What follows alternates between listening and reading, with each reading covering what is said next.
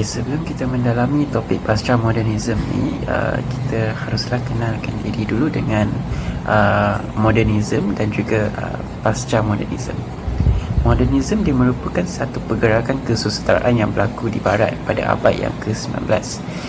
Ia merupakan satu era di mana kemajuan dipentingkan. Kemajuan, optimism, rasionalism dan keinginan pencarian kebenaran mutlak dalam sains teknologi, masyarakat dan juga politik merupakan metafora yang digunakan dalam zaman modernism. Pasca modernism, dia merupakan satu reaksi gerakan anti-teori terhadap modernism selepas Perang Dunia yang Kedua. Pengikut pasca moden menolak metanaratif, menyoal teori-teori mengenai kebenaran dia. Dari perspektif pasca moden, kebenaran itu bukanlah mutlak tapi subjektif. Objektif kajian: mengkaji secara perkembangan zaman modernisme dan pasca modernisme, ciri-ciri dan tokoh-tokoh di barat, menganalisis pengaruh pemikiran pasca modernisme, cabaran dan kesan dengan mengaitkan isu-isu semasa dalam kehidupan masyarakat. Isi tersurat: pasca modernisme adalah satu reaksi terhadap zaman modernisme yang muncul pada abad ke-18 ketika zaman pencerahan. Pasca modernisme menolak konsep modernisme. Idea utama modernisme adalah hanya terdapat satu kebenaran. Tetapi pasca modernisme percaya bahawa terdapat banyak kebenaran.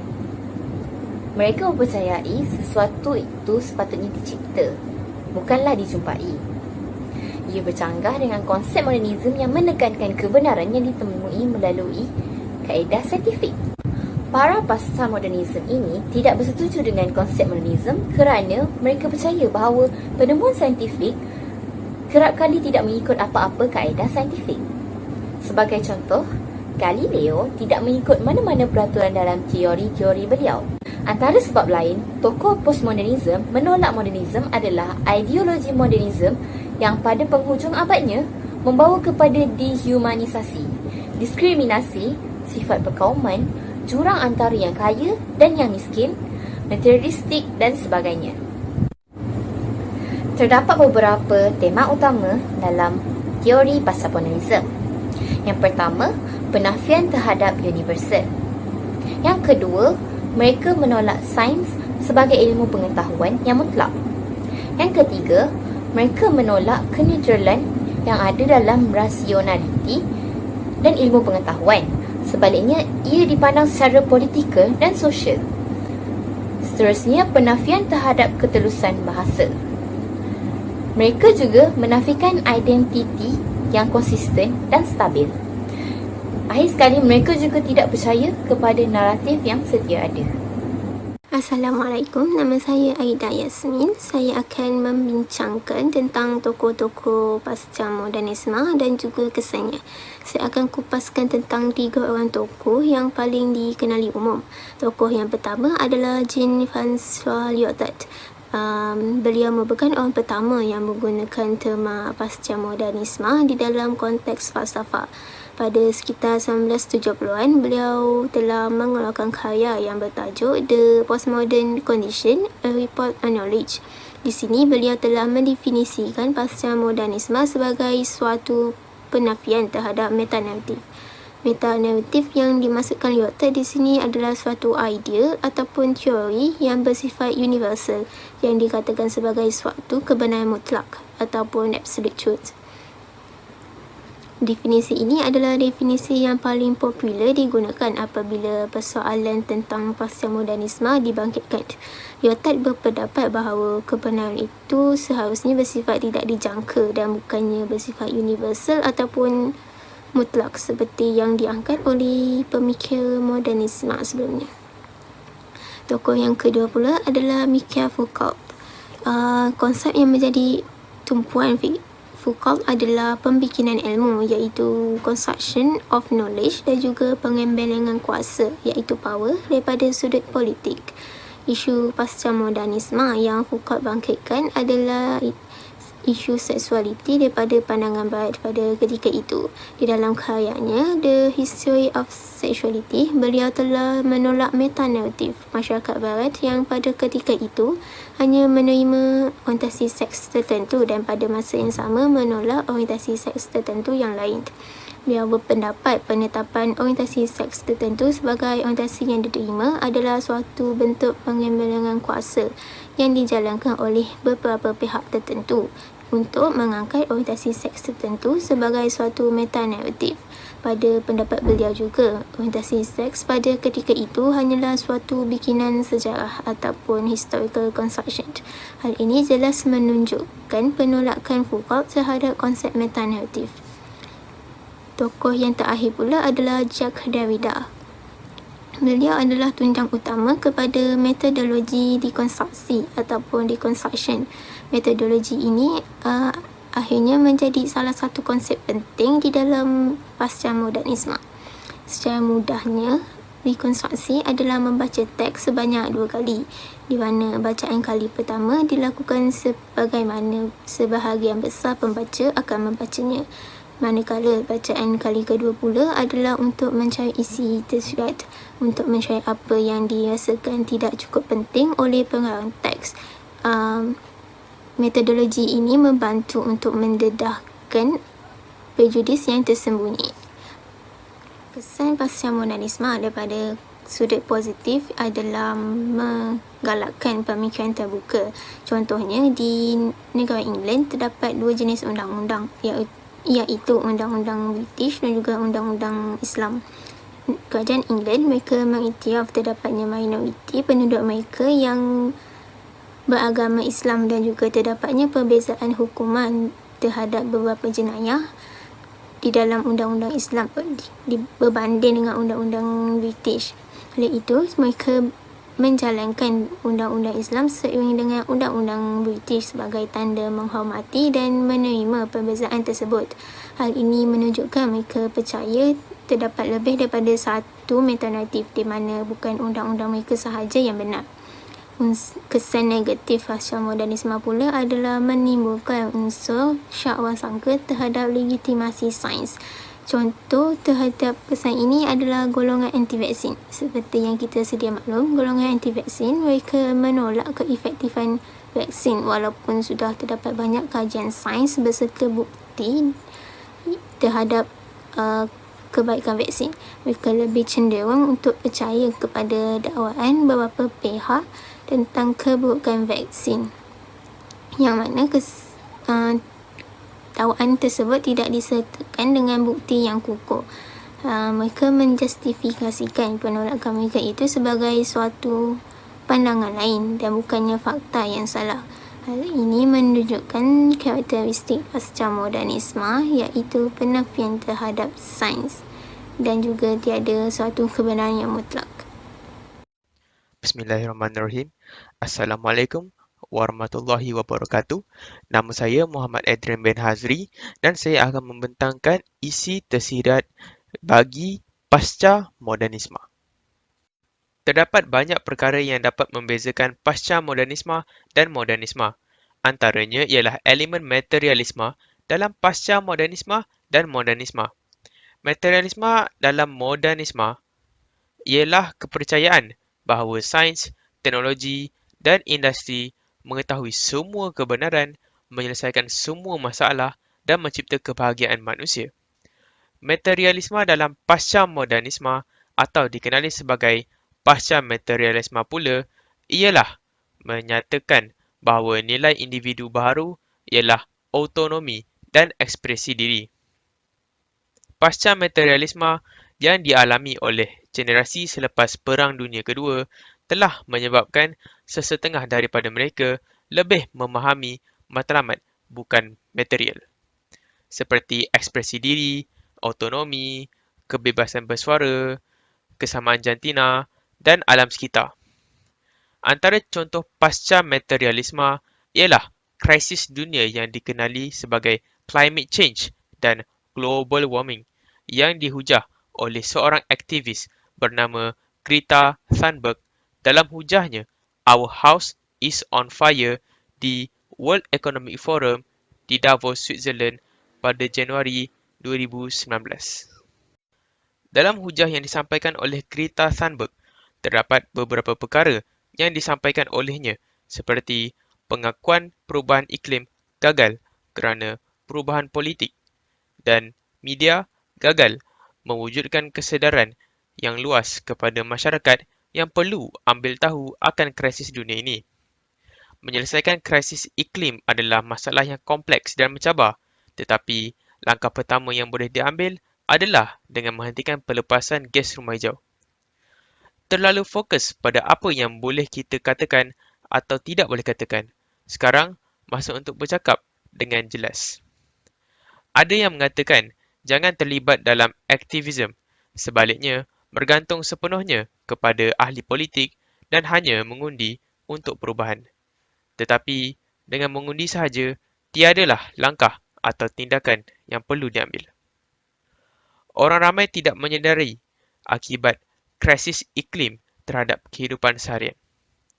Orang dewasa perlu sedar dan bertindak panik dalam menyelesaikan krisis iklim seperti Our House is on Fire atau Rumah Kita Terbakar kerana merekalah harapan untuk masa depan anak muda. Perkara-perkara yang disampaikan oleh Greta amatlah penting untuk kelangsungan hidup manusia dan dia berharap agar semua orang tahu dan ambil peduli akan krisis dunia yang sedang atau mungkin melanda kita yang boleh memusnahkan bumi kita jika tiada inisiatif yang diambil oleh kuasa-kuasa besar maupun manusia. Selain itu, elemen lain iaitu idealisme dapat membezakan antara pasca modernisme dan modernisme. Idealisme seperti agama dalam pasca modernisme percaya bahawa tiada kebenaran atau undang-undang agama yang universal. Sebaliknya, realiti dibentuk oleh konteks sosial, sejarah dan budaya mengikut individu, tempat dan atau masa. Manakala, modernisme tidak percaya pada nilai seragam. Mereka tidak mengambil berat tentang norma sosial dan sebaliknya sibuk dengan kekurangan identiti, kekurangan iman dan sinis. Demikian, pasca modernisme kurang percaya akan kewujudan Tuhan dan kitab-kitab agama berbanding dengan modernisme yang cuba untuk memahami dan mempelajari kewujudan Tuhan dan kitab-kitab agama. Kesannya, masyarakat barat menjadi ragu-ragu terhadap agama Kristian dan mula melanggar larangan dalam agama tanpa memikirkan dosa dan azab yang mereka perlu tanggung. Mereka mula mempersoalkan kewujudan Tuhan dan kebenaran agama. Ada ramai yang menjadi ateis iaitu tidak mempercayai kewujudan Tuhan. Mereka makin kurang menjadikan Bible sebagai rujukan. Mereka juga mula berfikiran liberal. Dan lupa juga dengan perjuangan untuk menuntut hak LGBT sebagai hak asasi manusia. Masyarakat Melayu zaman kini, yang muda maupun tua, juga mula mengikut-ikut gaya barat dengan melupakan pantang larang dalam Islam seperti pergaulan bebas dan maksiat, tidak menjadikan Al-Quran sebagai panduan hidup dan mahu berfikiran dan membuat sesuatu perkara secara liberal tanpa memikirkan dosa dan azab yang akan dikenakan. Maka, walaupun kita hidup dalam zaman pasca modernisme, tetapi janganlah kita menjadi kacang lupakan kulit dengan mensia-siakan perjuangan atuk dan nenek moyang kita dalam menyatu padukan masyarakat Malaysia dan perjuangan Nabi Muhammad SAW yang bertungkus lumus memperjuangkan dan menegakkan Islam. Selain itu, pasca modernisme dan modernisme boleh dibezakan melalui seni. Pasca modernisme melahirkan seni kontemporari seperti seni pop, seni konsepsual, seni feminis atau seni artis British muda sekitar tahun 1990. Tidak seperti seni modernisme di mana tradisi masa lalu telah ditolak dengan semangat eksperimen. Satu contoh untuk seni postmodernisme adalah Marilyn Diptych pada tahun 1962 oleh Andy Warhol. Pasca modernisme dapat digambarkan melalui karya seni ini daripada pelbagai segi. Di sini, Andy Warhol bermain dengan estetika yang tipikal untuk industri periklanan. Karya seni dan teknik Warhol juga mengingatkan kita tentang percetakan akhbar. Menggunakan semua yang ada dalam diptychnya, artis ini mencabar bentuk perwakilan klasik yang diketahui dari seni moden. Tambahan pula, penggunaan portret dalam diptych boleh dibaca sebagai ulasan ironi mengenai peningkatan pengeluaran besar-besaran serta keaslian dalam seni. Andy Warhol sering meneliti pemikiran konvensional seni yang tinggi dalam cetakan dan komposisi beliau. Selain seni, pasca modernisme juga boleh digambarkan melalui media massa. Melalui medium radio dan televisyen, surat khabar, majalah, peranti hiburan elektronik, telefon bimbit atau internet, ungkapan pasca modernisme tidak pernah begitu mudah untuk dimanifestasikan melalui salah satu medium ini.